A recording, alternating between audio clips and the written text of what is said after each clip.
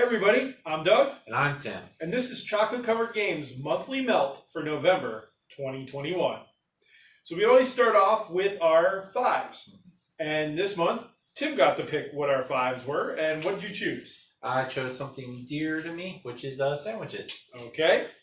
So these are our top 5 favorite sandwiches. And I don't even know your list, so I'm assuming we may have some crossover. Maybe.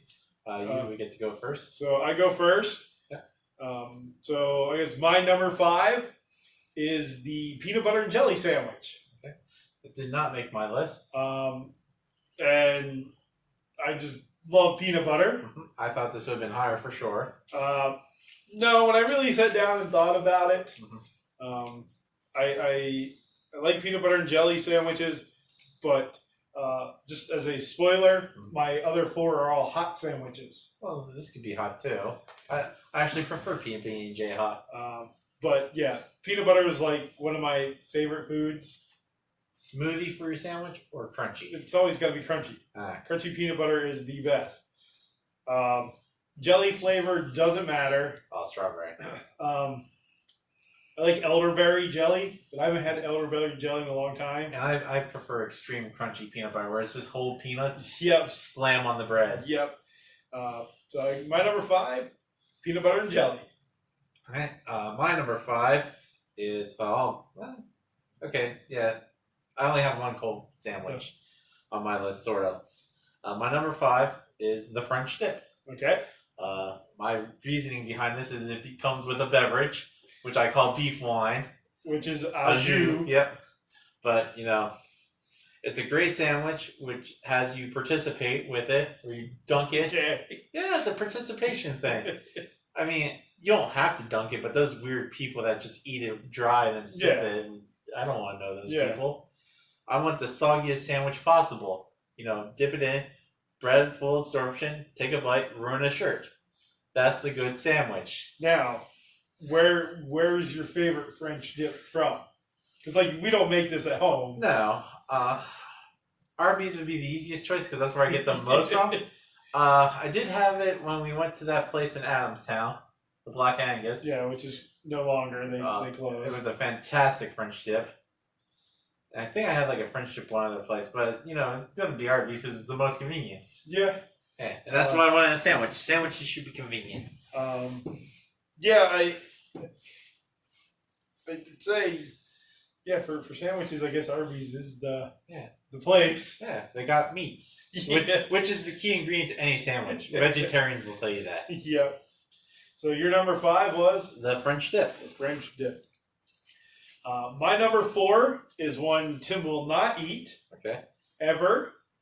I should say ever. Onion sandwich? No, it doesn't have onions because I'm not a big onion guy. Well, I guess there is onion somewhat in it. BLT? But it is a chicken salad melt. Yeah. Tim doesn't like chicken salad, tuna salad. And you do eat tuna, but not with mayonnaise. It's true. Tuna's got to be with mustard. So I really like chicken salad melts, even though you don't see them on the menu anywhere. Mm-hmm. It's mainly tuna melts. Yep. Or patty melts. But there's a restaurant in town here that used to have a chicken melt on the menu. Mm-hmm. And I really loved it. I just don't really get that anywhere anymore. No. So if I want a chicken melt, I got to make it at home. Chicken salad's expensive for some reason. Oh, yeah. Well, it's got a lot of ingredients and labor costs. So, my number 4 is the chicken salad melt. My number 4 surpassed the French dip, merely for nostalgic reasons. Okay. It was originally my number 5, and then I thought about it, and moved up one, and that's the grilled cheese. Okay. That's because when I would come home from elementary school, when it was half day elementary for kindergarten kids, I would come home and Mom would have a grilled cheese waiting for me. You don't remember that. I was in school. Yeah. So she'd have a grilled cheese because we didn't get lunch because it was half days. Yeah. So I would be in the morning and then I would never got grilled cheeses like that. Well, that's what I got. That's why you're the favorite child. And for grilled cheese, to make this clear, it must be a fat on the bread. So Crisco, lard, butter, oil. I don't know if many people bring their mayonnaise. to make a grilled cheese. Hey, as long as there's some sort of fat. So if you make a grilled cheese out there, what do you use as your... A lot of people prefer mayonnaise nowadays. Yeah. I'm still a big component of mayonnaise or butter. Yeah, you don't like mayonnaise. Lard, I haven't tried it with lard. I might try it with Crisco one day. Just Crisco my bread up. And then bread. And here's the really tricky part for a grilled cheese. Cheese. Nothing else. So what kind of cheese? Or doesn't it matter? Most processed. It's got to be the fakest, most processed cheese. It's a grilled cheese. I'm not going high end. I'm not going like artisanal mountains. Gouda? No Gouda? No, I'm not going like feta, smoked goat cheese from like the Himalayas. No, it's a grilled cheese. I'm going with something that I have to open in plastic. Blue cheese? Slap it on there. You know, it sort of melts at room temperature anyways. And then eat it. I don't know if I'd eat a blue cheese grilled cheese sandwich. But it's got to be just cheese, bread, and a fat. Once you add anything else, it's no longer grilled cheese. These people are like, oh, we have this grilled cheese on the menu. And it has ham, a slice of turkey, lettuce. I'm like, well, no, this is now a sandwich featuring cheese. Well, and now that leads into my number 3. Uh-huh. My number 3 is the hot ham and cheese. See? Places would put on it as grilled cheese featuring ham. And they'd be wrong. But you got to do it the way we did it when we were little. Crisco? No, not Crisco. Huh. We did it where it was the hamburger bun with the ham and cheese, and you put it in the oven. Yeah. Well, we just had that today at my work. We made the kids hot ham and cheese. Yeah, they all hated it. Hot ham and cheese. Oh, that's a comfort sandwich. Yeah. Here's a fun fact that people have been following this. I cook at an elementary school. Today was hot ham and cheese day. Most of the kids taking pb&j. I made like 200 and some, and we still had like 70 left. See, I love. Now, was it bread or buns? Hamburger buns. Yeah. That is the way you do a hot hamburger bun. Cheese. 2 pieces of ham, a piece of cheese in the oven. It melts. It gets everywhere. Now, when you were in high school, our parents helped with the marching band, band boosters, and for one football game a year, the band boosters sold food at the football game. Yes. When we didn't get to play at our home stadium, we had to play at the other stadium. Yeah. And what was easy to make? Ham and cheese. Hot ham and cheese sandwiches. They wrapped up in foil, sold them. They sold like crazy. So hot ham and cheese sandwich, great comfort food. That is my number 3. All right. My number 3 was an easy choice.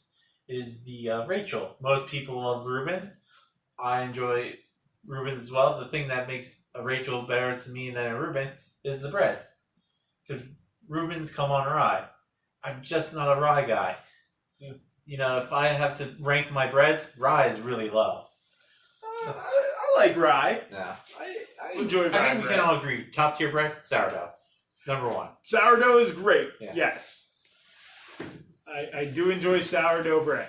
Followed by extremely processed white bread, where it's overly processed. I am not a white bread guy. I like wheat. Wheat bread is... working at a school for a decade, all we have is wheat products. You get weeded out. So, and technically now I shouldn't have white bread. Yeah. So I should have more white bread. So Rachel is just a Reuben, but you replace the corned beef with turkey. Yes. And you replace the rye with sourdough. That has sauerkraut on, which should top more sandwiches.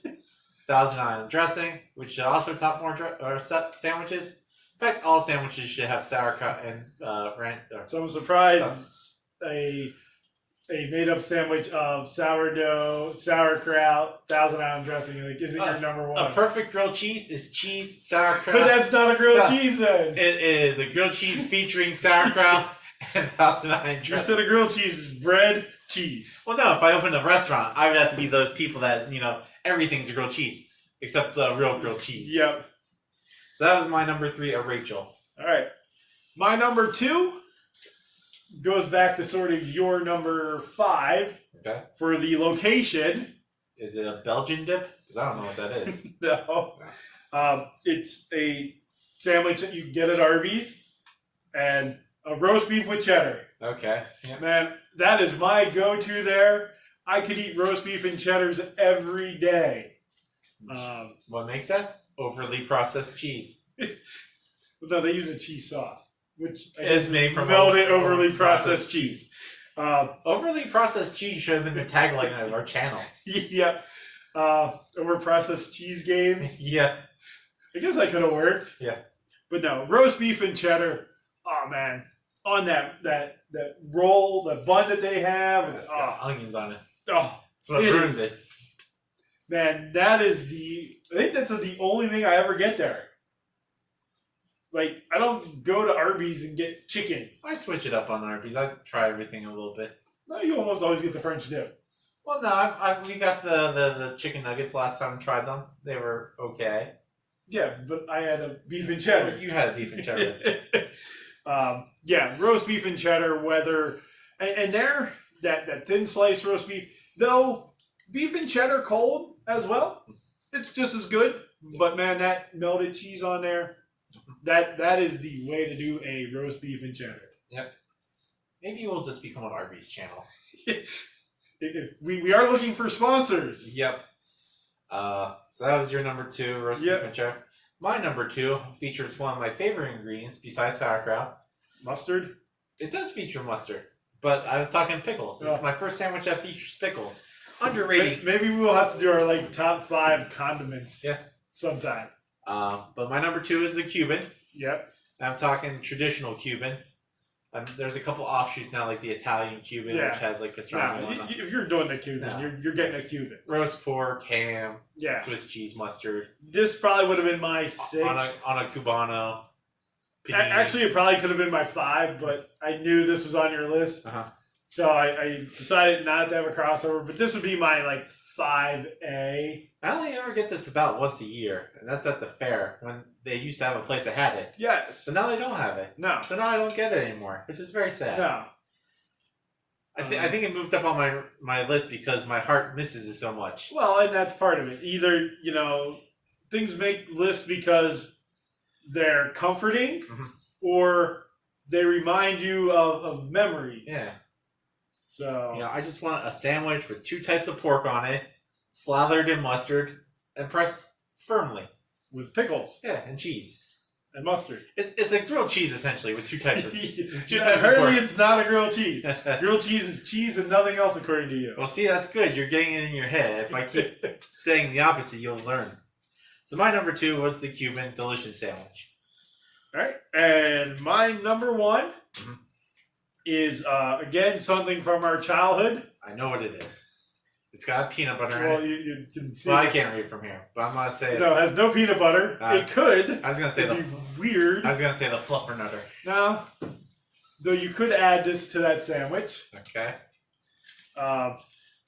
And there aren't a lot of people, even in our area, that know this sandwich or have ever had it. Though it is, I would think, a Pennsylvania Dutch thing. And that is ham barbecue. Oh, yeah. The thin sliced ham or chopped ham, just thrown in some barbecue sauce, cooked, put that on a bun, a little bit of cheese on top, boom.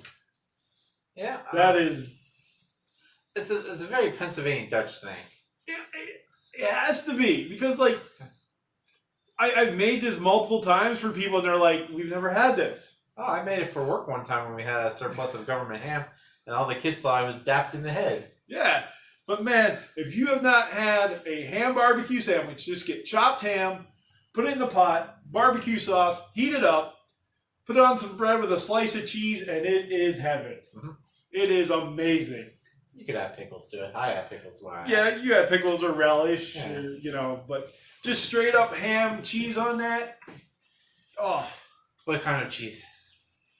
Is it overly processed? There you go. That's the type for a sandwich. No, you're not using good cheese on a sandwich. I could go pretty much most cheeses. Again, I'm not gonna throw feta or blue cheese, but American, Swiss, Cheese Whiz. Cheese Whiz. Yeah, you can do that. Yeah. Cheese Whiz is good on a sandwich.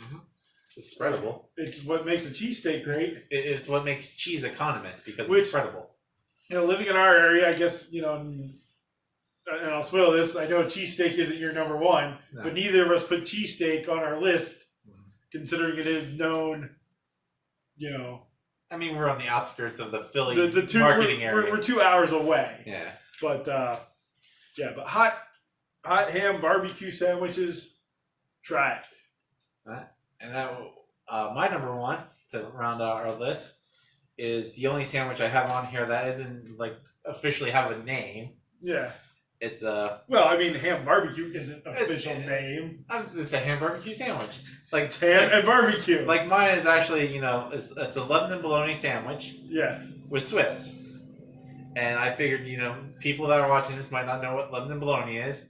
So I actually looked up how they described it. It's a cured, smoked, semi-dried beef sausage. It is amazing. It's like, the closest thing I can describe it to is a slightly firmer summer sausage that people get around the holiday season.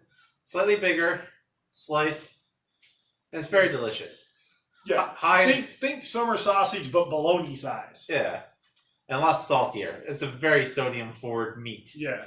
But it is amazing. Oh, yeah. And it's one of the few sandwiches where I don't have a heavily processed cheese on it. I did mark Swiss. Yes. Now, what's the condiment? I know what you're... It's mustard. Well, the condiment is mustard and potato chips. Because potato chips are a condiment for sandwiches. Yeah, in this area especially. As long as it's Utz or hers. Yeah.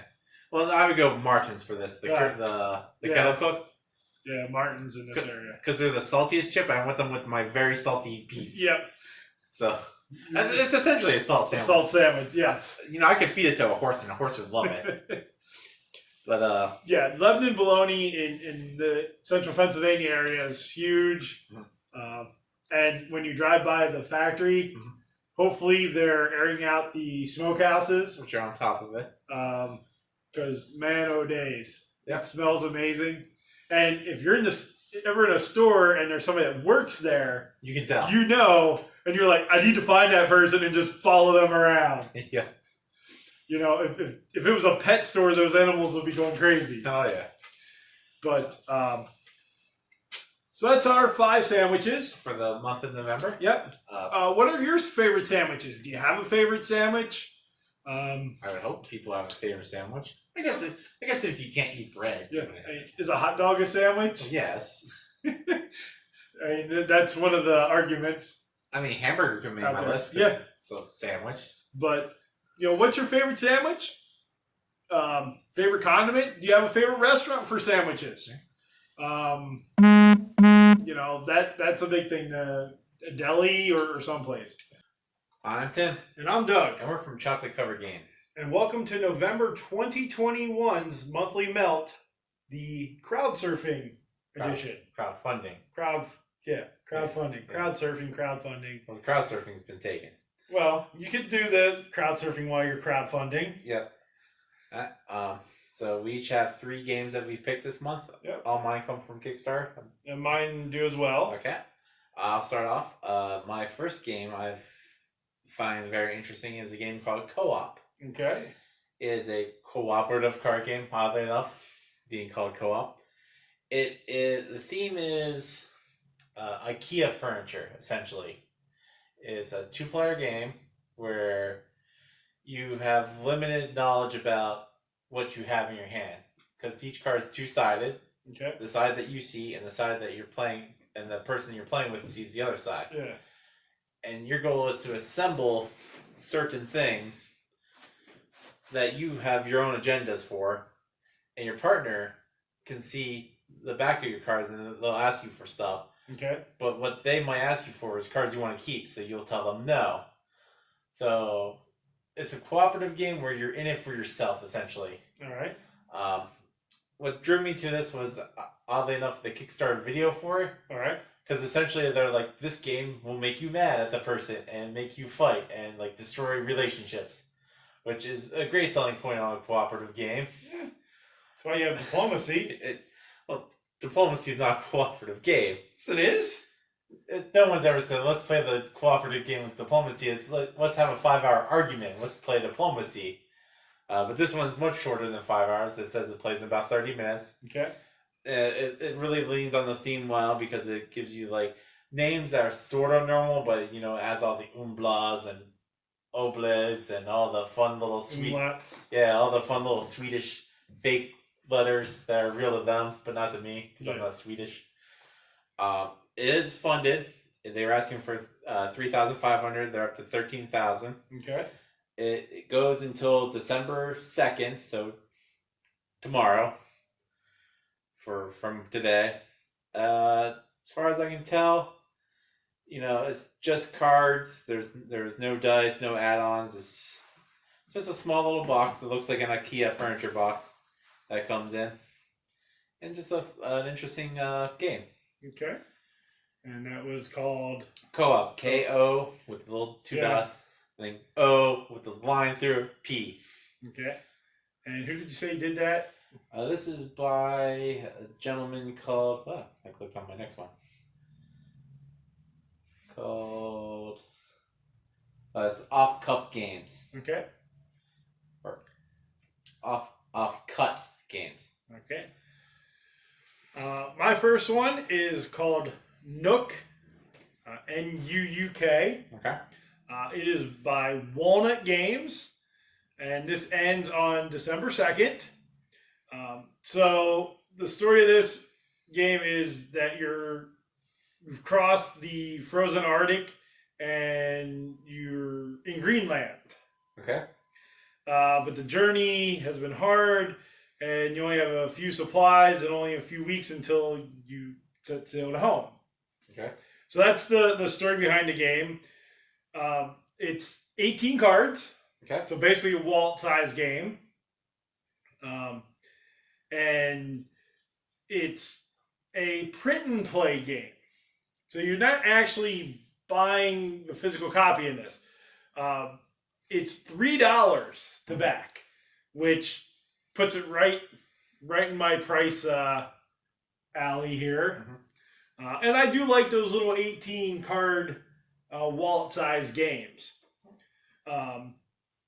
So the gentleman that designed this also designed Take the Kingdom, which again I believe was a print and play from this company, and Ukio, I think is how you pronounce it. It's U-K-I-Y-O. So there's 18 poker-sized village cards. Each of them features a town in Greenland, 2 shipyard cards, and score sheets, resource tokens. Again, it's going to be print and play only. There'll be more added as the campaign progresses, but again, it ends December 2nd.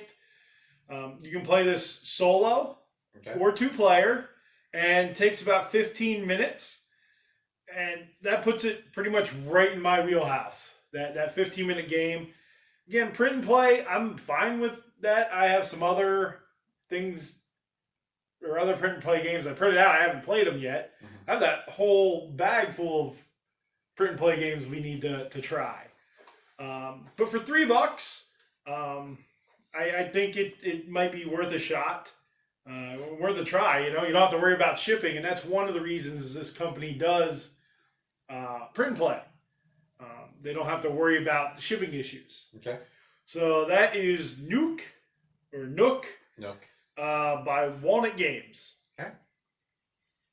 My second game for this month is 3 games, essentially. Being like you where I'm cheating. It's called... I would never do that. It's called The Realm of Shadows, a trio of solo games.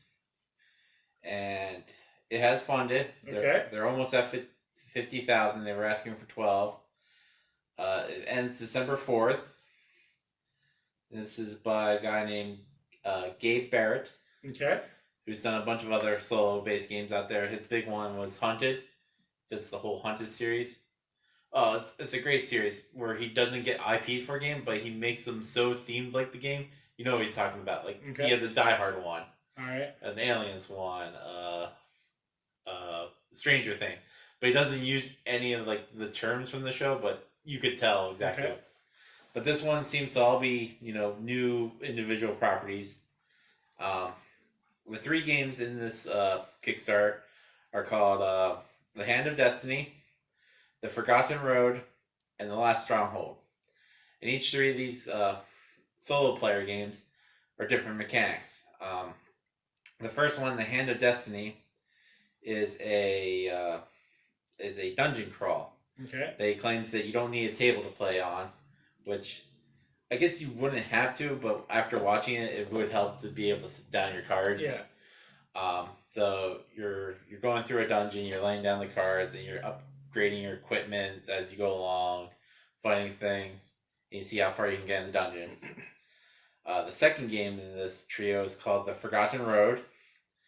This one is a hand management game where you have to battle through monsters and whatnot while trying not to lose so many cards because like cards are your life and whatnot. And it's essentially like a dungeon crawl, but instead of going so far, you can regain some stuff and move around. That one looks the most interesting out of the three for me. Okay. And the last one is The Last Stronghold, which this is the only one of the three that comes with more than just cards. This one comes with like little tokens and dice. And this is it's a really scaled down version of what's the Castle Panic, I would say. Okay. Where you're trying to hold off things invading into your area, and you have different sides of the board that you're trying to keep back at once. Your board's made up of cards, very very small, very quick to move around these games. I'm starting to find out smaller games are nice to have because they don't take up so much room, but also a good solo game to have. Leaning towards that more and more. And that's the realm. Oh, I didn't mention price like you. You can back this set of 3 games for. They have a print and play version of it for 10. Then you can get each one individually if you want. You could get Hand of Destiny for 12. You could get The Forgotten Road for 24. The Last Stronghold for 24, or you can get all 3 for $50. Okay. So that's not too bad. 3 games for $50. Yeah. But like I said, it does end December 4th, so that's coming up real soon. So give it one check out. It's called The Realm of Shadows, a trio of solo games. All right. My second Kickstarter is called Race Formula 90 Second Edition. Okay. It's by Gotha Games. And it ends on December 2nd. Okay. So in Race Formula 90, every turn represents one or more laps around the track, and you're in control of only your car.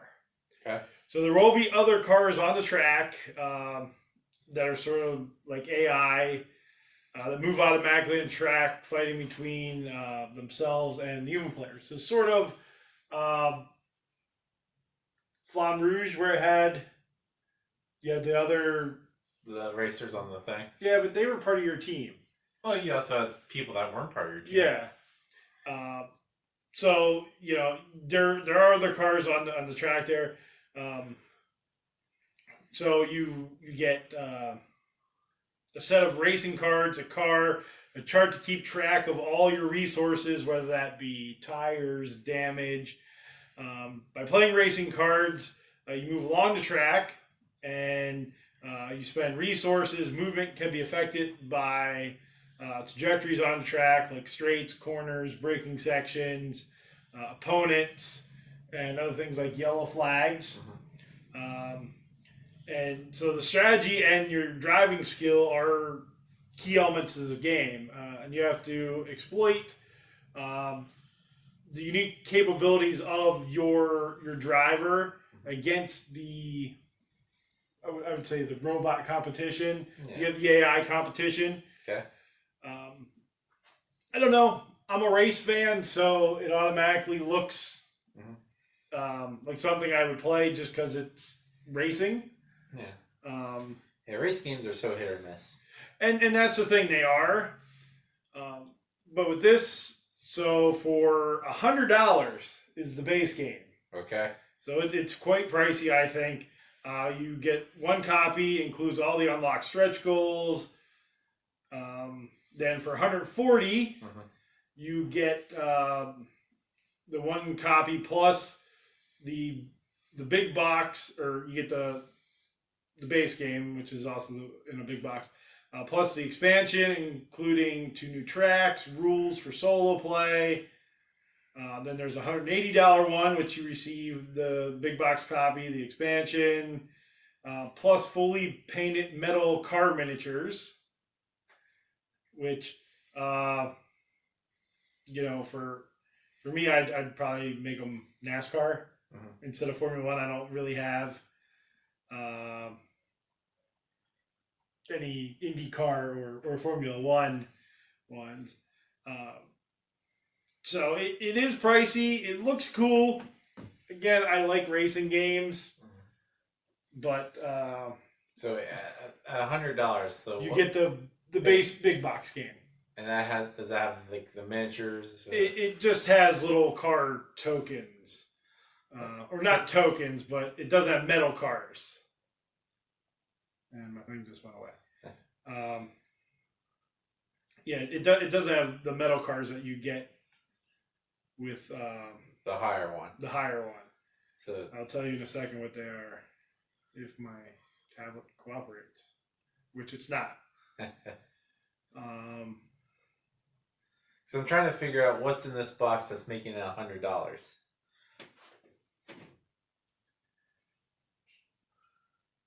So you get 6 tracks. So I'm assuming 3 boards, probably double-sided. 6 card charts, 184 race cards, 212 track cards. And again, these are Formula One tracks: Monza, Monaco, Spa, Barcelona. 48 strategy cards, 171 cardboard chits, 24 driver skill cards, 12 tire cards, 6 check modifier cards, 30 player refuel chits, 30 robot refuel chits, 27 car setup chits, 1 safety car. Ooh. So you get a pace car, as done NASCAR, not safety car. 129 playing pieces, 14 car miniatures, so they're little plastic cars. Yeah. Then the expansion adds 2 new tracks. Again, with more cards. See, I don't know how big the spaces on the board are, but if they've got to make little Formula One cars out there. They could just buy.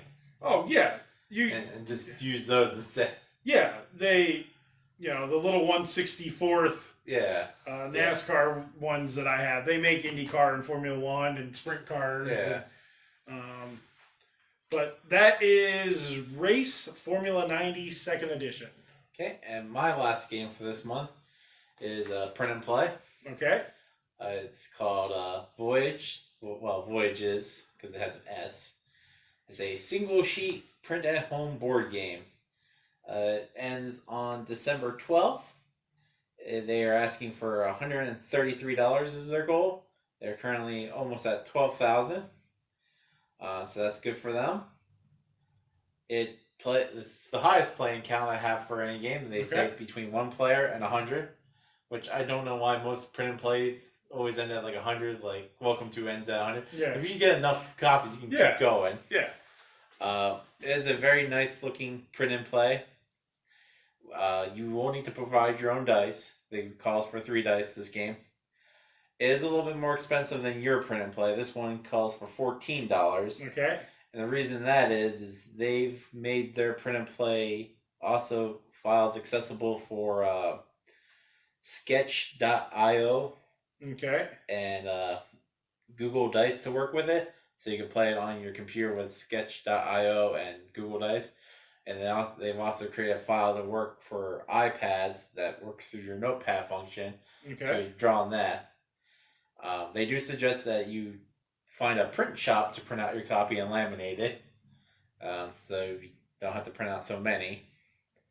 But there's what the board looks like. Okay. You'll see it somewhere here on above us. Well, over top of us. It's right here. Well, no, because it covers the whole screen, so they don't really see us right now. The theme is you're voyagers. You're going around to different islands, making your grand tail bigger, trying to find treasures, destroy sea monsters, while also doing standard chores on a boat kind of thing.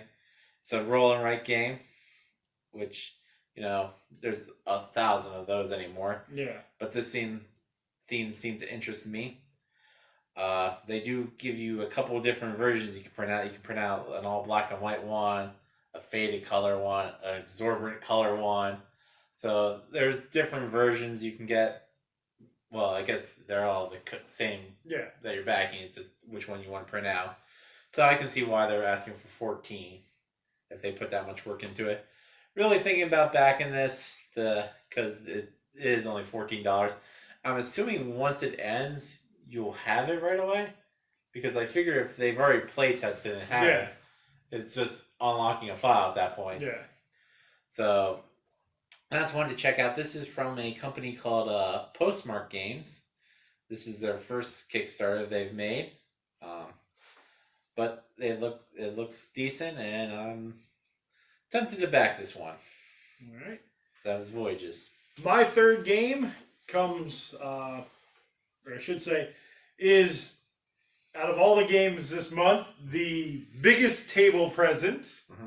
Over my single sheet print and play? Yeah. Oh. It definitely has the biggest component. Mm-hmm.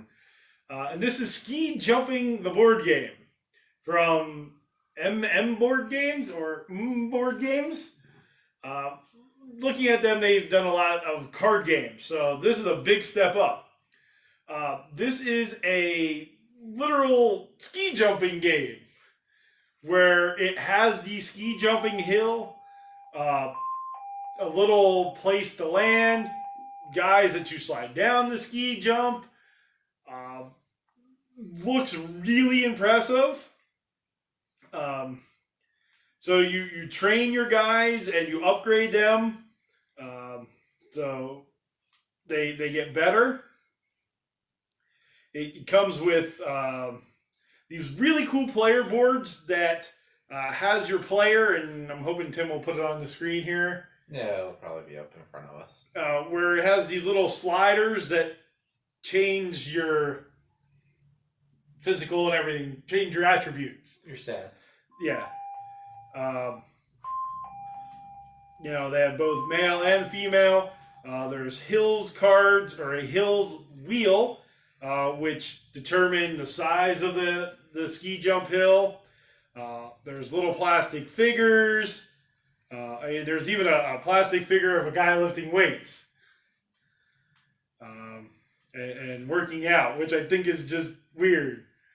But looks really cool. Artwork looks okay. Again, you can represent different countries. It comes with a trophy. Mm-hmm. And who doesn't love a game that comes with a trophy?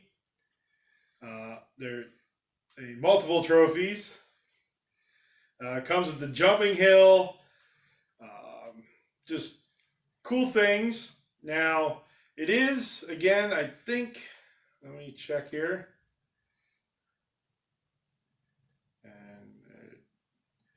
So, it's actually not bad. The standard game is $85. Okay. Which gets you the standard game, does get you the rules. That's always important. Game board, player panels, wooden pawns, cards for everything, 12 metal tokens, the record-keeping book, and a calculator. And 4 pencils and a pencil sharpener. You don't even have to get your own pencil sharpener for this. It's true. Most people don't even own one anymore. Then for $113, you get the deluxe, which is the regular, everything you got in the base. Okay. Plus the expansion box. Okay. A neoprene board or mat. Yeah. Then the plastic miniatures, that's where they come in. I believe is the big box. The other ones are wooden pawns. You jump up and they become plastic miniatures. But looks cool. Looks like a big table presence. How long until this? This actually goes off December 27th. So all that money you get for Christmas, or whatever holiday you celebrate this time of year, you can take a look at Ski Jumping by Board Games.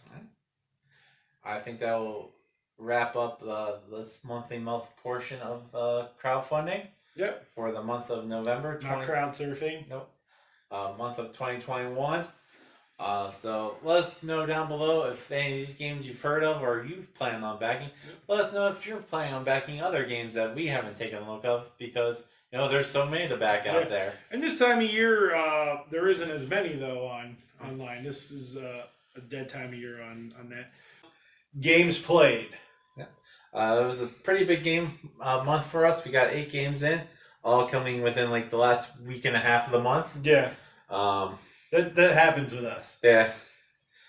But some good games, a bunch of games we haven't played before. I think on our list we only have 2 games this month that we've previously played, but don't think we've talked about yet. Only 1. No, 2.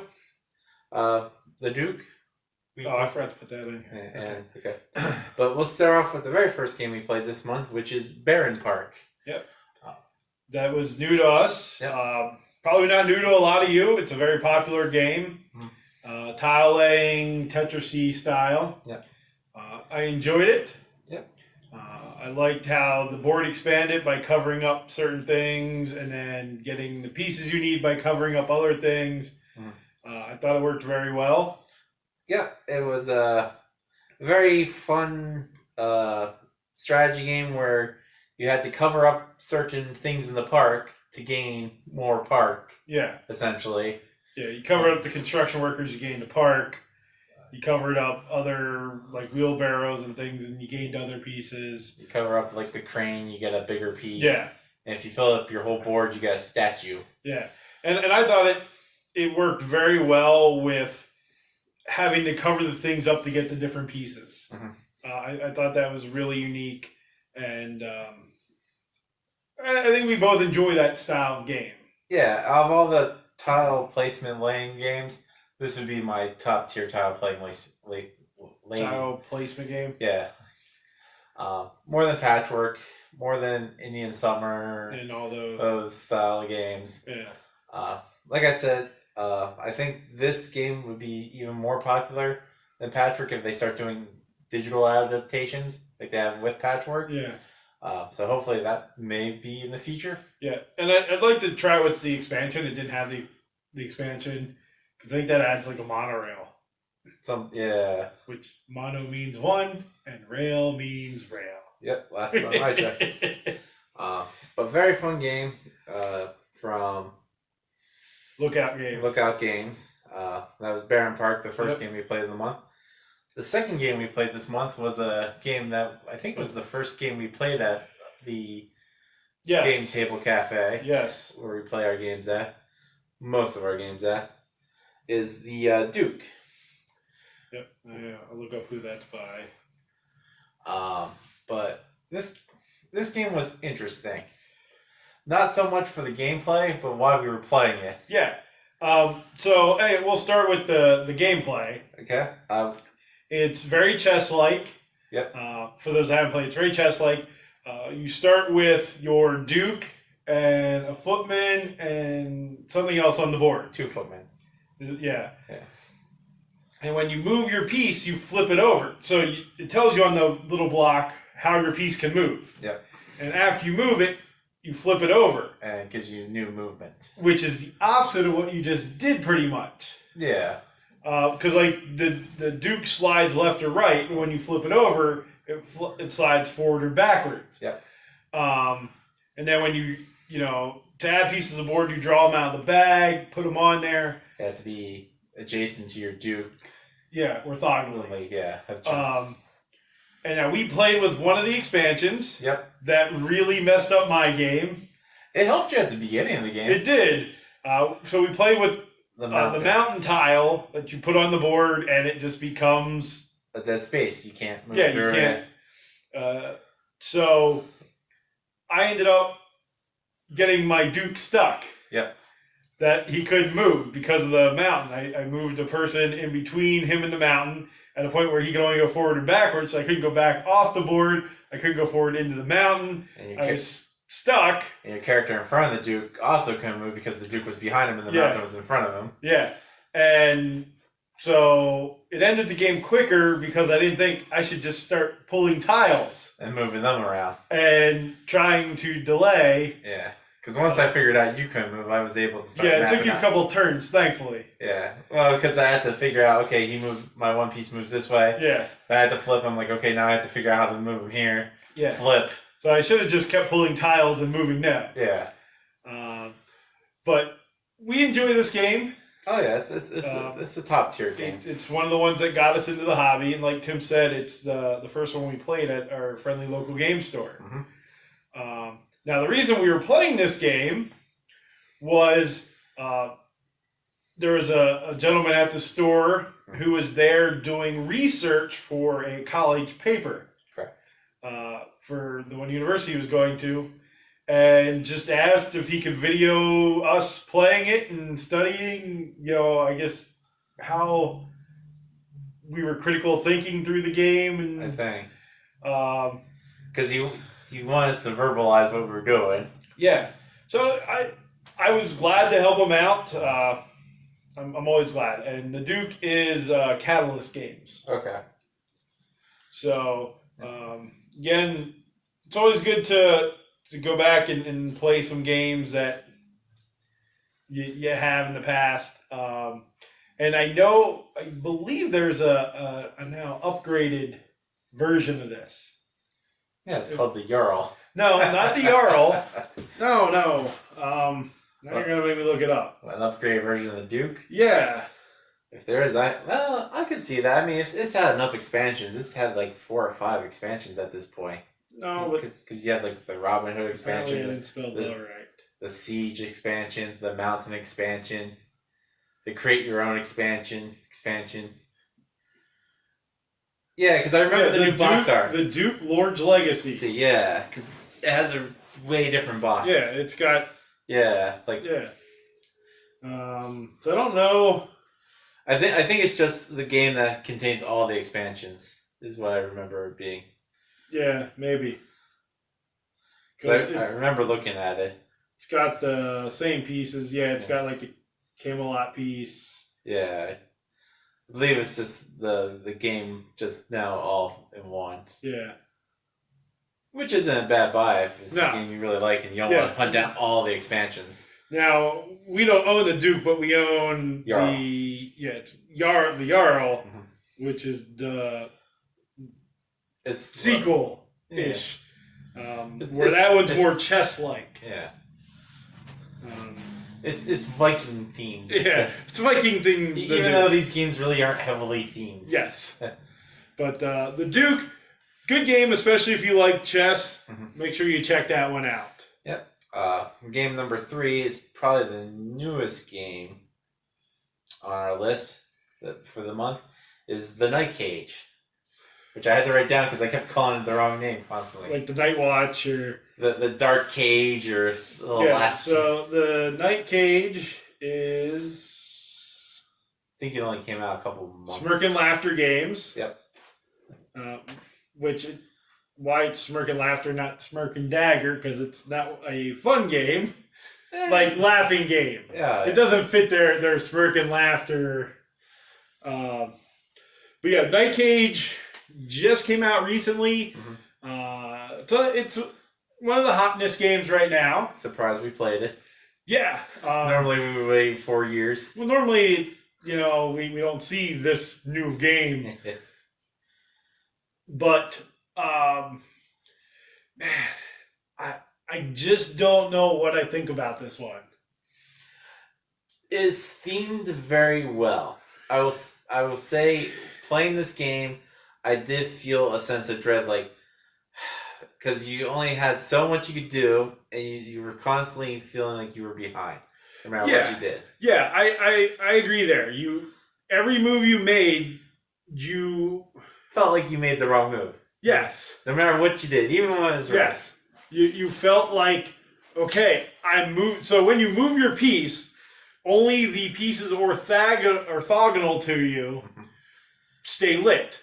Basically, so your piece is carrying a candle, and when you the piece you're standing on, and then the 4 orthogonal pieces to you are technically lit. You can see them. So any spot then that you move from, and that would go dark, goes off the game board. Correct. And it's gone forever. And yeah, it's gone forever. And then a new area lights up, so you have to draw tiles and put them down. Yeah. So it could be your goal is to collect 4 keys and get to, I wouldn't say a terminal, but a gate. Yeah, a gate. Door. Yeah, a gate. So when all 4 characters have a key and get to the gate, you win. It's the only time all 4 characters can be on the same spot, the same tile. But there's also monsters that you draw. There's tiles that collapse. And the first time we played, we played a little bit through and realized we really messed up. And we also had terrible draws. Well, that wasn't why we stopped. Well, no, we stopped because we didn't take away tiles like we were supposed to. Yeah. But we were going to lose that game anyways, because like the first 3 things we pulled were like gates and keys. Yeah. But nowhere near each other, so once you had to move to get one, you lose them. And you're like, well, then there's no more gates in the game. You lose no matter what. Yeah. So we didn't have a good draw at the first time through, but also we didn't take away tiles like we were supposed to. Because the starting tiles that you're on, when you move away from them and they're no longer in the light, they went away. And we left them on the board. Yeah. Once we figured everything out, the second game had, again, by luck, had a better draw. We actually didn't draw any monsters in that second game. Yeah. But it was still that every move you're thinking, I need that piece and I'm going to lose it. It did have a very good theme. To me, it was an okay game. It's not my style game. Like I said, we played multiple tile-laying games this month. I would say this was the weakest of the tile-laying games we played this month. Mainly because it is 100% luck of how the tiles come out. Well, that and I think you've got to like that theme.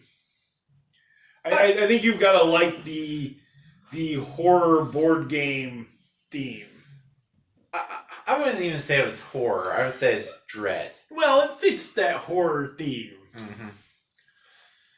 The dark theme. Yeah. But it was okay. Yeah. None of us came across the point where we lost our candles and we could only be in the dark. Yeah. Because every time we saw a monster, we ran away right away. Yeah. But yeah, like I said, it was okay. And then the next game that we played is Cascadia. Cascadia by Flat Out Games. Yep. Fun game. Yeah. Rules could have been a little bit better. I thought they were fine. Well, because we had the problem where you were wondering what I was doing when I had to go like 20 tiles apart from one thing. Okay, I misread that as a scoring condition. Yeah, because you're like, oh, I can't have anything between these 2 tiles. I'm like, well, then I have 0 points. Yeah. So I would have beat you because you crushed me because of that. Yeah, because that's how the rules were. And I misread that scoring rule. But yeah, I enjoyed this game. I thought the art was cool. I enjoyed the theme. Because, again, a puzzle-y tile-laying game. Yeah. And you draft the tokens that go with it. And that you're building the terrain. Yeah. That's what I concentrated on. Was that scoring condition. Yeah. Because, was it... I think ours was like 5 wires connected. Yeah, so I had the water and the fish connected. And you always had like the biggest groupings of things, like the biggest mountain range. Yeah, I went for that. And again, just luck. Didn't get the draw at the end for a couple scoring things, but I was working to set those up. And where you got the feather or the leaf. Pinecone. No, there's a feather leaf that you can wipe the or choose a different tile and animal token. Yeah. I thought that worked well because there are times where those pairs didn't match up with what I needed, but I could use one of those tokens to get what I needed. And but the thing was, it always seemed to be for you. Where we had 3 of the same tokens, animal tokens, so you had the choice of taking or wiping clear. And you wiped clear all the time. Well, yeah, why wouldn't you? I never got to do that. Yeah. Well, you could also pay to do that. Yeah, but, you got to do it for free. Yeah. But I enjoyed the game. Yeah, like I said, you focus on multiple scoring conditions. I really only focused on one the whole game. Because one of them was like, score 28 points by doing this one thing. So I'm like, oh, I'll just do this the whole game. Well, it was a number of tiles apart, like the hawk or whatever could see. Between each other. Yeah. Yeah. So I'm like, oh, I need to get, I think it was like 12 tiles apart. So like you were building like this nice square thing. Well, because I was going for the circle of bears. Yeah. And the pairs of foxes. And then I had the line of fish and the group of water. Yeah, your board looked like a board that you were creating. I was just creating like a yardstick on my side. Well, because I was trying to do multiple scoring conditions where you focused on the one that scored the most. Yeah.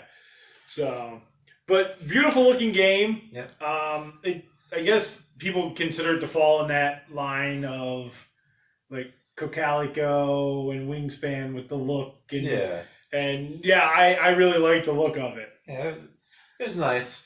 I like wildlife theme. But yeah, I would definitely play that game again. And that was Cascadia. The next game we played was Happy Little Dinosaurs. One of the big box game out there. You can pick up at Targets and whatnot. Very popular. That is by Unstable Games. Yes. They're okay game. The problem it's not a 2-player game. Yes, it's not a 2-player game. Love the artwork. Love the dinosaurs. Stego, Bad Brontosaurus. Yeah. You played Triceratops. Triceratops. I played Nervous Rex. Yeah. For a big box game, the quality was pretty decent. Nice insert, great card field. Decently made. Bad Luck Bronto. Yeah. But yeah, I like that. And the what were they? The bad things that happened. Some of those were great. I was gonna say the cataclysms, but no, they were like no, that's not at all what it would be. Yeah. Catastrophes. Cataclysms. Yeah. What was the land shark? Yeah. It's a little dinosaur running from a shark that had legs. Yeah. Oh, that was great. Whoever came up with those, A+. Absolutely A+ to all those. One was like "Leave me alone." It was like a leaf with like a knife holding into a dinosaur. Yeah. The humor was good in it. Yes. It's not a very strategic game. It's a very light game for gamers. Well, not even gamers. It's people that want to go to a bar and say they're playing a board game. Yeah, I mean, family. Yeah. At home, and would I play it again at 3 or 4? Yeah. Yeah, definitely with more. They haven't made an expansion. I found out. Okay. Yeah, it's like something like the tragedy of puberty or something. And it's like T-Rex in his underwear being laughed at by like other dinosaurs. Yeah, you can look it up. I'm pretty sure I got the name of it wrong. It's something of puberty. And really? Yeah. I wonder if... if you just look through the people that made the game, it's the same company. So you click on them. It leads you to other things they make. But yeah, at least know that expansion. I saw that when I was scrolling through. That's too funny. But yeah, I mean, again, Happy Little Dinosaurs expansion, Happy Little Dinosaurs exclusive edition, Happy Little Dinosaur Perils of Puberty. Perils, that's the word. But yeah. Yes, it is the T-Rex in his underwear on the box cover. Yeah, I told you. If you played either, the expansion or this game, let us know what you thought about it, or any of the games. Yeah. But yeah, still a fun time. I think we tied in this game. No, you won. Did I? Yeah. Okay. Couldn't remember. Because I didn't do very well. I kept... Because you're playing high-low cards. Yeah. And I just didn't have very good cards. But Happy Little Dinosaur, great for the artwork and the humor. Yeah. Next up was... Umbravia. Yeah. By Pandasaurus Games. You didn't care for this one. No, and I love abstract strategy. I don't say I despise this game because there's a lot of games I hate. This game wasn't fun. It was abstract strategy tile laying. It seemed like a thing to kill time. Area majority, auction bidding, tile place. I think it would have played better with more people. Probably. Yeah, it was okay. Because at 2 players, you play with a dummy player. Yeah, and the dummy player really didn't play much of a factor. The dummy player almost won. Yeah. Or would have won. Yeah, it was okay. The bidding, again, with more people, because with just the 2 of us in the blind bidding, because you bid on the tile you want, so you draw 4 tiles. Well, 4 of your things to bid. Yep.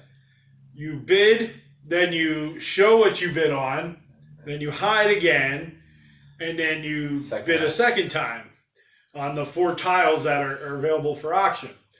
Then everybody puts their pieces on that tile with your soul and I forget what the other thing was. Non-soul. Like power or something. Yeah. Like soul was worth 2 and the other thing was worth 1. And whoever had the most got that tile. And then you move the tile on the board, but you didn't rotate it. Well, then also, you figure out which tile had the least amount spent on it. They would go first. Yeah, that tile would get to move first, and then the one that was spent on the most would go last. Yeah.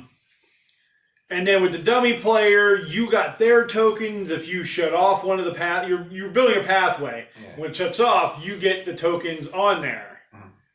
So you would get the dummy player tokens to go into your bag, and a lot of it was luck based in what you drew out of your bag too. Because if you drew all the 2-point soul tokens to bid versus the 1-point tokens, you had a better chance at winning what you were bidding on. Yeah.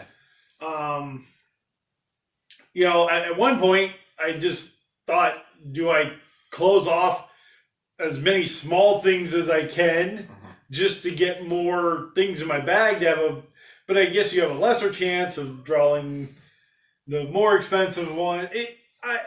There's a lot going on, I thought, in this game. I just thought it was just random luck of draws.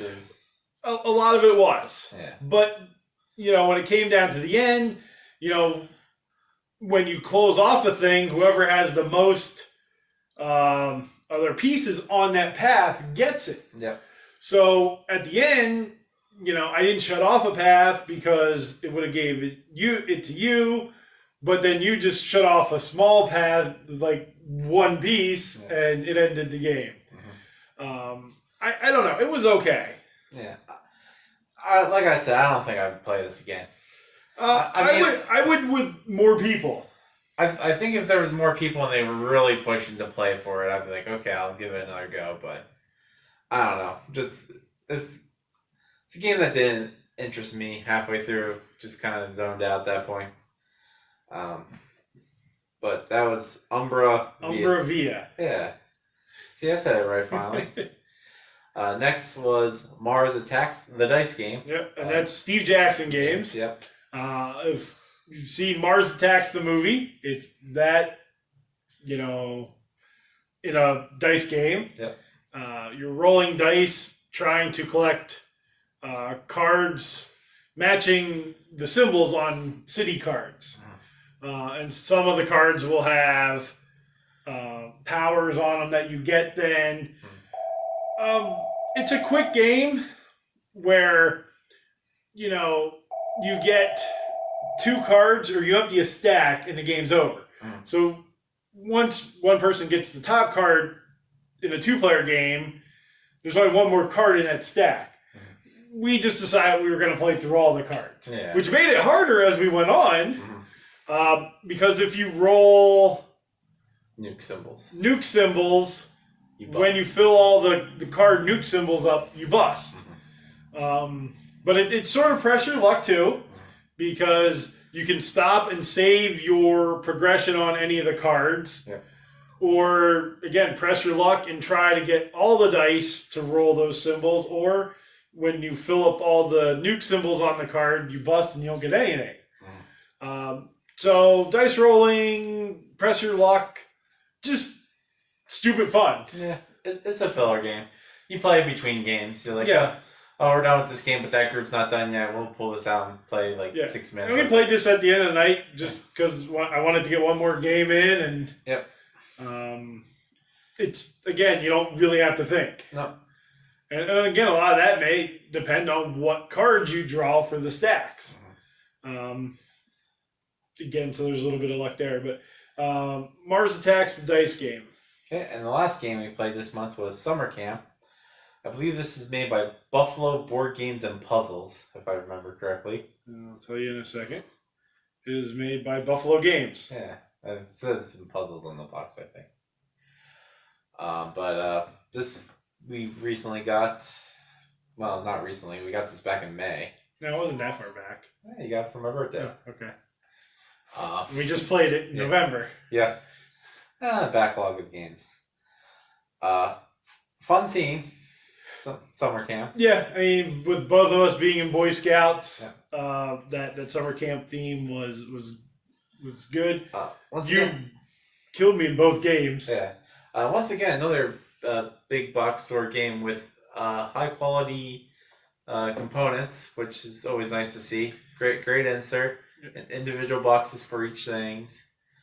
Yeah, I thought that was pretty cool that each deck of cards had their own tuck box. Yeah. Which made it really easy to clean up, really easy to switch what you're playing with. The only complaint I had about this, which is unreasonable, they should have went all out and made patches. Yeah. Really expensive game at this point. Well, I mean, we could upgrade to that. Yeah. Just go to the scout shop and buy patches. And then I have to sew numbers onto them now. Yeah, because they aren't like merit badges, like Trails. Is it Trails as the patches? Yeah. Yeah. I enjoyed this game. The only thing is that the way you beat me both times is you were able to buy the card that moved 3 along the trail right away. Yep. And then another one didn't come out, so I couldn't catch up on that one really. And then when things did come out, I didn't have enough for those bigger ones. Luck of the draw, the way you play. But I enjoyed it just because I enjoyed the theme. This is a game that I can definitely see them coming out with expansions. Like I said, there's so much room in that box. They could just make a couple more badges in the tuck card and the tuck boxes. Yeah. To add in there. I don't know if they would or will. Yeah. It'd be nice if they did. Because it's like adventure, friendship, cooking, games, arts and crafts. Yeah. So you could come up with a couple of things. I think there's swimming. But, high quality cards, I thought. I liked that the board was modular. So, between times we played it, you switched the board up just randomly. So, that changed the game some. Which, again, helped you in that second game because the first little trail part on that one was all draw a card. Yeah. So, once you got ahead of me, you could keep drawing cards, you were able to buy more and do more. But fun game, fun theme. Yep. So what was your game of the month? My game of the month probably goes to Summer Camp. Okay. my least favorite game of the month. Or your game of the month. No, I'll be willing to say that I dislike this game immensely. That'd probably be. I did hate Umbravia, but I'm gonna go with the Night Cage. Well, you just said you don't hate games. There's games. I told you, Biblios will always be a game I will hate. Well, we only played that with 2 people, and it didn't work well. Yeah, but it's still up there. But no, this month, Night Cage takes the honor of worst game played. Yeah. My game of the month is Cascadia. Okay. I like the theme. I like that style game. My meh game of the month would probably be Umbravia. Mm-hmm. Just because I didn't think it worked well at 2 players. Yeah. So, yeah, I won't go my least favorite game. I'll go my meh game. Now, I'm gonna make a graphic that says Doug secretly hates this game. Yeah. Hopes it never succeeds, and people that like it are terrible. No, Umbravia done well. But that's the games played for November of 2021. What games have you played in the month of November? If you've played any of the games that we played here, what's your favorite? What's your meh game? It can be more negative. This is the internet. Hey, I'm Tim. And I'm Doug. And we're from Chocolate Cover Games. And this is November 2021 Monthly Melt Off Topic. Yep. And this month for December is your turn to pick. Yep. And I always seem to keep you in the dark till the last minute. Because you just thought of it now. No, I actually thought of this the other week. But November, December, what do we have a lot of? Snow. Holidays. We have Thanksgiving, Christmas, New Year's, Hanukkah, Rosh Hashanah. I think Rosh Hashanah is October. Well, I mean, in October we had Halloween. I mean, the end of the year is very holiday loaded. Because you have the big one at the end of October, big one at the end of November, big one at the end of December. Okay. 2 big ones at the end of December. The end of December and beginning of the year. But anyways, with holidays, I have my favorite holiday. I'm sure you have a favorite holiday. Yes.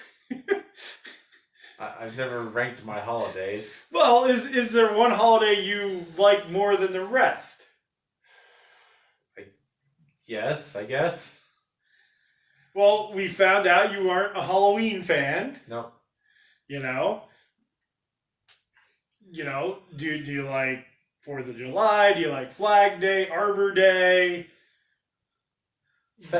My top holidays are federal holidays because you have off. Because you have wouldn't yours be school holidays? No, you don't have too many of those.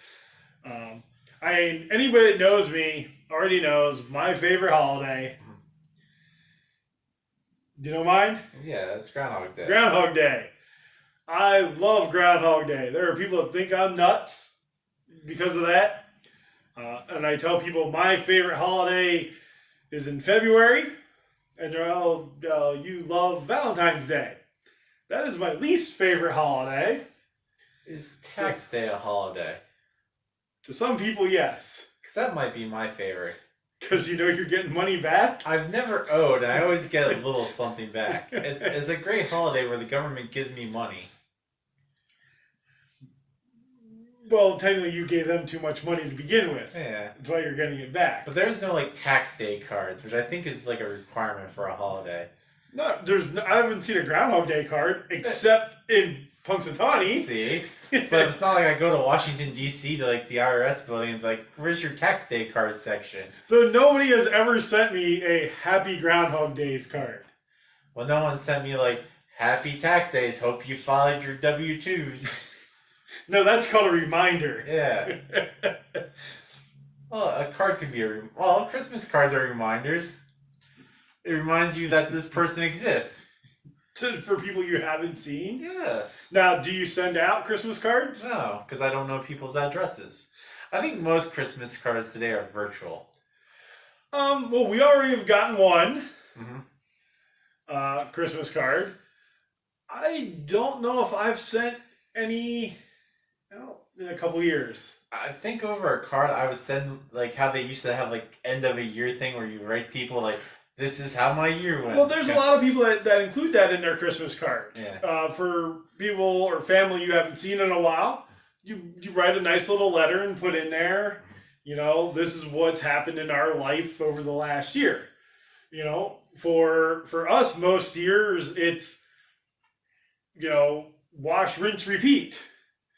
See, I think I would just basically lie in these letters, though. I would make us sound like we're constantly living in, like, the early 20s depression. Like, times were tough here on the dirt farm. Our old ox, Moose, has moved on from this plane of existence. So wait, ox and moose, or your ox named Moose? Ox named Moose, because our ox is as strong as a moose. He has moved on. The town has come to celebrate his life for 3 whole days. Times are tough. The dirt farm has not yielded many crops. Well, I mean, which I guess considering things going on right now in my life, and you already said you're going to go somewhere and be like, times are tough. Oh, yeah. Well, I'm always willing to say that. But no, a lot of people do include what happens in a year in a letter. I've just never been a big Christmas card person. To people I give gifts to, I'll put a card with it. Mm-hmm. But like just to send out a Christmas card, I don't think I've really done that. Maybe 1 or 2. Well, you'd be one of us that would do it because you know people's addresses. You have the internet, or is that called stalking? Well, see, you have to trust the internet has that person's right address. Otherwise, you're just sending it to some random person. Hey, maybe you brighten somebody's day. I mean, I guess you can buy addresses. Like, because when you're with the fire hall and you send out those flyers, you buy, like, a block of addresses. Yeah. Yeah, I guess I could do that. Are you going to, like, mass send Christmas cards to a town? Yeah, maybe I'll just do that one. Cost a lot of money. I just do all of Hershey one time. Pick a small town. Like, I'll do all of pick like Hummelstown. Pick like a town in Wyoming with like 10 people. Yeah, Merry Christmas from the East Coast. Yeah, but so let's look at December. Mm-hmm. You have multiple holidays, Mm-hmm. And so New Year's Eve, not New Year's Day. That's starting into January because it is January. Well, that's when the holiday is. Well, New Year's Eve is also a holiday. So in December, what would you consider your... In December? Yeah.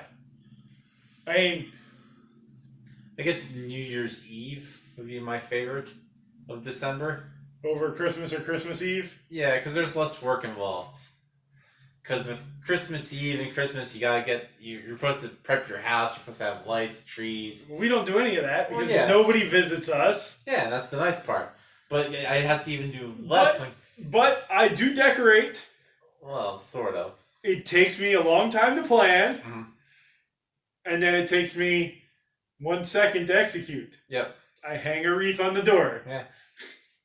I did cut out a foam Christmas tree that one year. Yeah. But see, you can't see the wreath because it's hiding behind another door. We're not home. You should technically put the wreath on the outer door. Yeah, but we're not home during Christmas because we always go out to the parents. Yeah. And nobody comes and visits. So why decorate for us? Mm. This year I'll get all the Christmas lights I could ever want at work. Yeah. So yeah, I think for me, December, New Year's Eve, just that feeling of what's next year. Mm-hmm. So what about November? I would say Thanksgiving Eve. No. Well, no. I would go Cyber Monday. It's a made-up holiday. It's a great consumer holiday for capitalism. Yeah.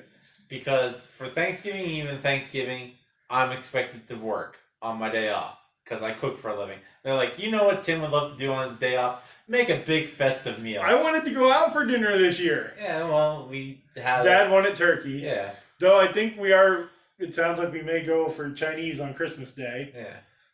I mean, no... Unless Dad wants ham. I mean, it is a terrible holiday for people in the food industry.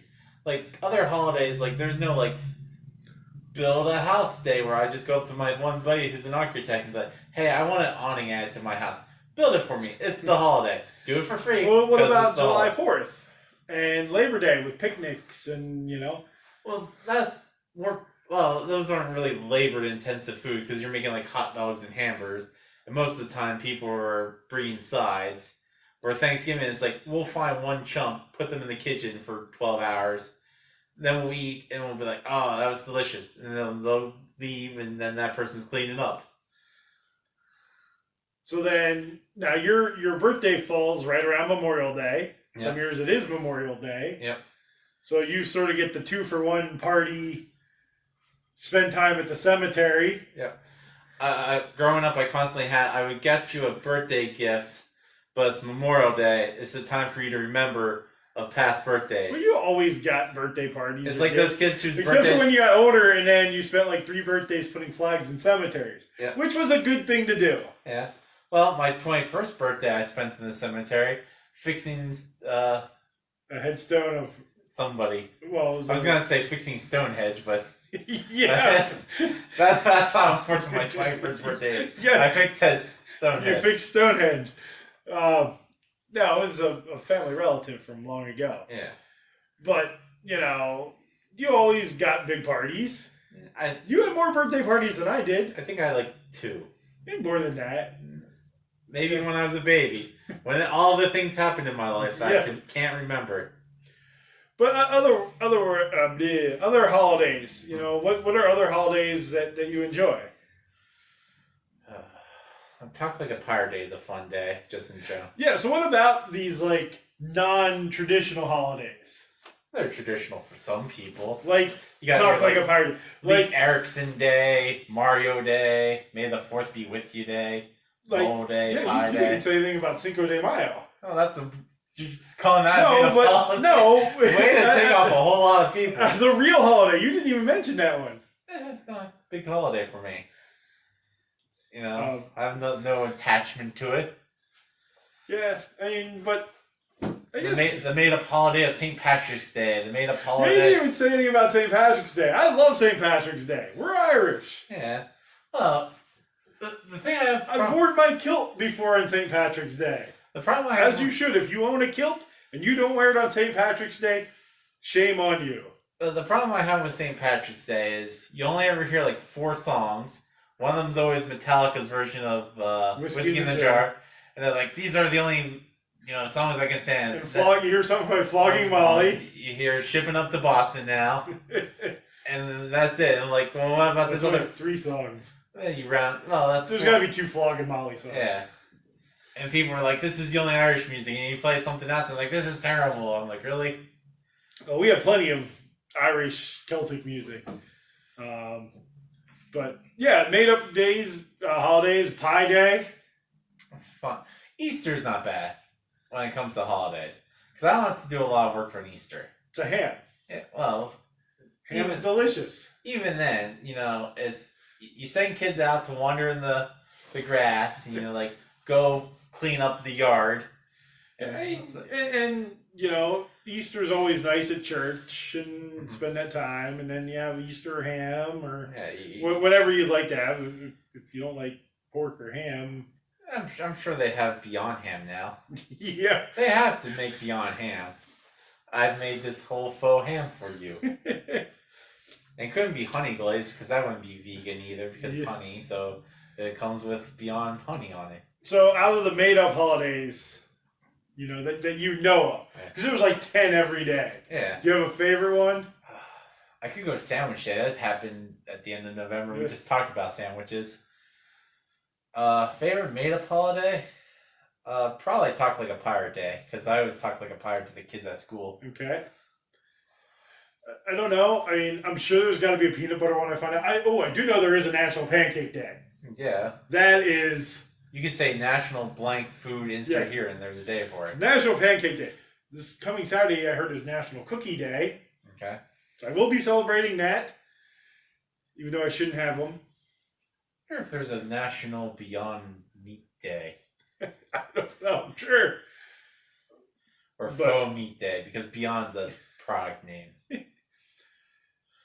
But yeah, I mean, there's so many different holidays, and then when you start getting into religious holidays, which I won't even go into because I don't know enough about the other religions that have multiple holidays.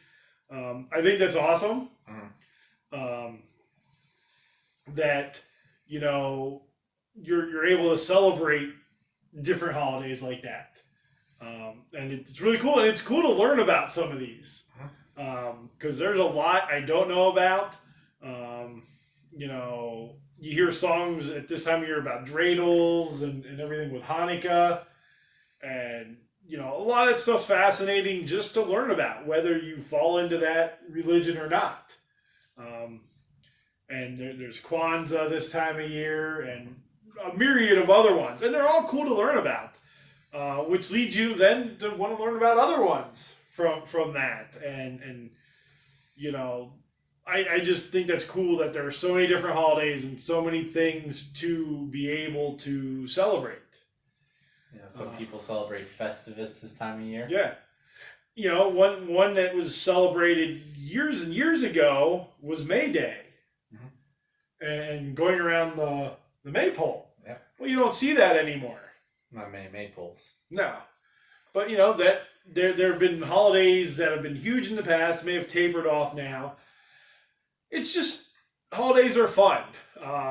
They're made to be fun, I think, or solemn, depending what it is. Memorial Day is a very solemn holiday, as it should be.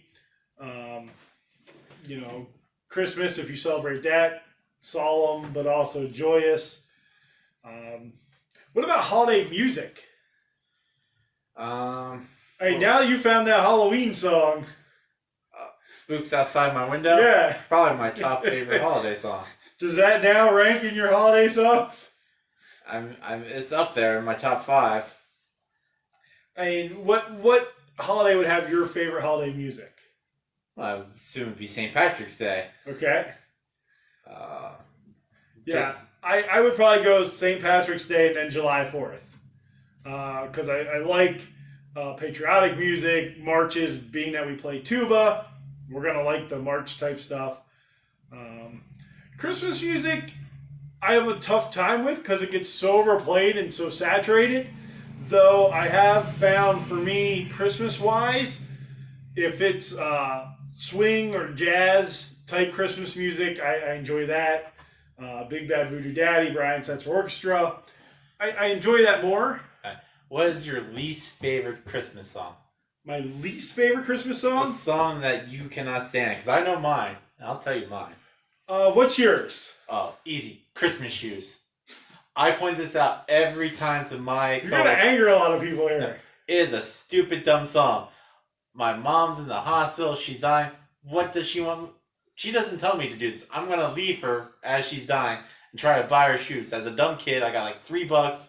These shoes cost like $50. It's a very sad song. It's very uplifting. And it teaches you kids make bad decisions. It's not. The kid cares, and I'm assuming he's going to be an orphan because there can't be a father in this situation. Be like, where are you going, child? I'm running down to the town to buy shoes. I'm like, oh no. No. It is a stupid song. It's not. When you sit don't there. Listen to him. If you want a sad song for Christmas about a kid, you listen to Teddy Bear. Teddy Bear is a sad song that makes sense. The Christmas song, the Christmas version of that. The sad Christmas song I think is the one Toby Keith song. And I don't know what it's exactly called. If you want to look it up. My thing's taking forever, so it's Christmas Can You Find Me or something. It's the Toby Keith song. Yeah. I find that song. Where Are You Christmas? Where Are You Christmas by Faith Hill is one of my favorite Christmas songs. I enjoy that. I enjoy Faith Hill. It really makes me just think because I'm not a huge Christmas time person. That was sad, but what Christmas song do you like? Don't I like? Yeah. I don't know. Patapan? Dominic the Donkey. No, I like Dominic the Donkey.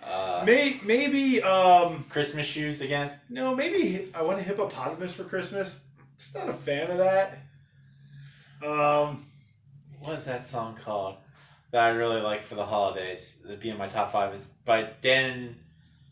I was gonna say Fogelberg, but that's not his name. Yeah. It's something. It's something with the New Year's. Yeah. It's like a super depressing song. You just sing about like what he sees that day. Yeah, he's like, I'm at the grocery store. This girl I used to date here. Yeah. We talk about how life was awesome, but now we're old and it sucks. That's a great song. Brings a joy to my heart. Well, maybe our December top 5, since I get to choose, will be your top 5 Christmas songs. Okay, yeah. That'll be our December top 5 or December 5. So I'll let you know that now. Yeah. I can tell you, Christmas shoes not making my list.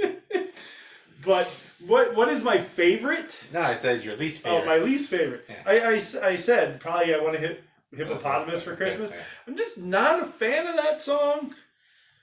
My top favorite. I'm sure song? There's others. We'll save it for your top 5. Okay. That'll give you time to think. But quickly, I looked up some unofficial holidays for today that we're recording, December 1st. Internationally, this one is recognized as World AIDS Day. Okay. It's today. But unofficial is National Eat a Red Apple Day. Okay.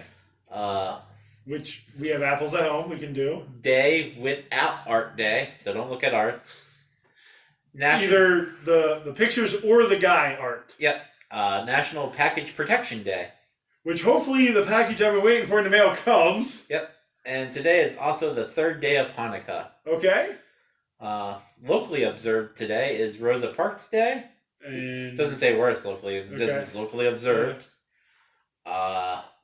Today in Kazakhstan is the day of the first president of the Republic of Kazakhstan Day. Okay. In Romania, today is National Holiday Day. Okay. And in the Central Africa Republic is Republic's Day. Yeah. Can you go to tomorrow and see what tomorrow holds?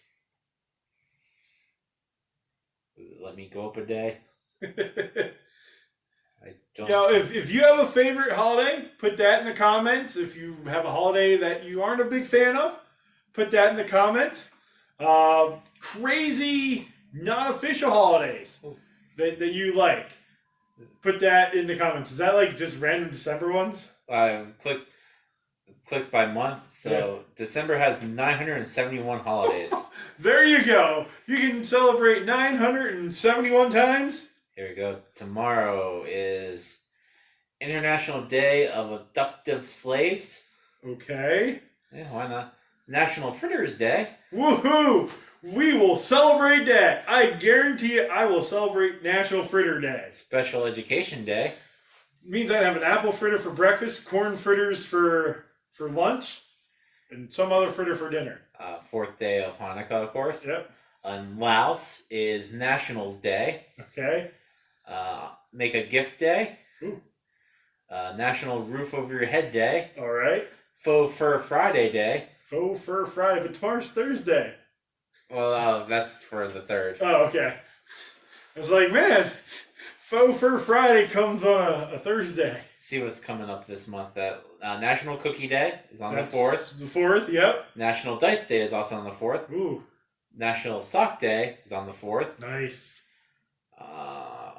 Bathtub Party Day. There you go. Is on the 5th. Party in your bathtub. International Ninja Day is also on the 5th. I'm not stealthy. Put on your own shoes day. I didn't know I was putting on somebody else's. That's both unofficial in a couple of places. Okay. Couple Independence Day. There's an Independence Day in Finland going on. Army's Day in Ukraine. Letter Writing Day is on the 7th. Ooh. I do enjoy getting mail. National Cotton Candy Day on the 7th.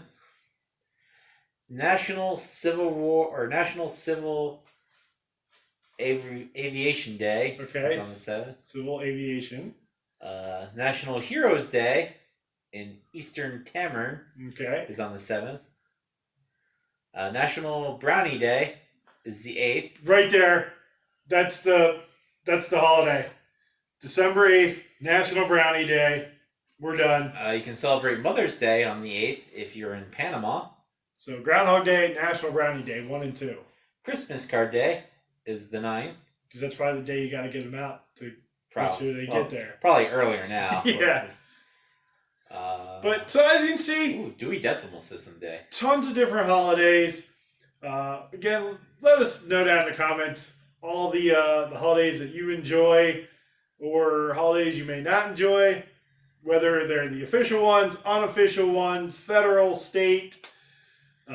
Bill of Rights Day, December 15th. There we go. Celebrate your favorite bill that day. But make sure, check out all the pieces here of Monthly Melt, all our segments. Hit that like button, hit the subscribe button. Check out everything else that's coming up on the channel. We've got some things in December coming out here, hopefully. But again, hit the like button, hit the subscribe button, thumbs up. Check us out on Instagram. And with that, thank you for watching. Stay sweet.